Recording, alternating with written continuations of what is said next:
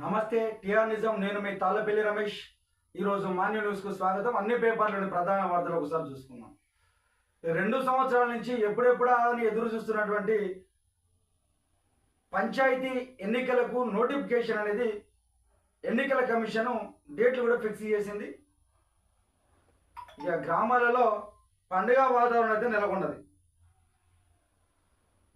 రేపటి నుంచి 27వ తారీఖు నుంచి నామినేషన్ల పర్వం అయితే స్టార్ట్ అవుతా ఉంది. రాష్ట్రంలో 3 విడతలుగా ఎన్నికలు జరపడానికి ఎన్నికల కమిషన్ సిద్ధమైంది. అందులో 12,728 పంచాయతీలు, 1,12,000 వార్డులకు ఎన్నికలు. తొలి విడతలోని 4,236 పంచాయతీలకు ఎలక్షన్లు, రెండో విడతలో 4,333, మూడో విడతలో 4,159 సర్పంచ్ స్థానాలకు ఎన్నికలు జరగడానికి ఎన్నికల కమిషన్ సిద్ధంగా ఉన్నది. ఇప్పుడు ఈ 12,000 చిల్లర గ్రామాలలో 1,66,00,000 మంది ఓటర్లు అయితే ఉన్నారు.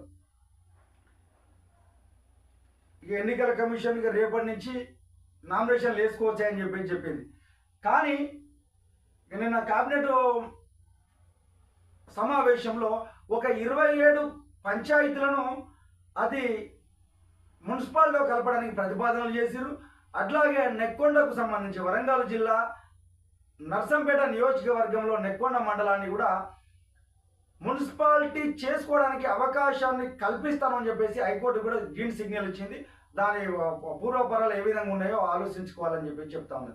ఏదేమైనప్పటికీ 2 సంవత్సరాల తర్వాత స్థానిక సంస్థలు అంటే గ్రామ పంచాయతీలకు ఎలక్షన్లు అయితే నిర్వహించడానికి ప్రభుత్వం సిద్ధమైంది. కాబట్టి అక్కడ ఉన్నటువంటి యువత అంతా గ్రామాభివృద్ధి కోసం, గ్రామంలో మంచి చేయడం కోసం ఉండేటువంటి నాయకుడిని ఎన్నుకోవాలి.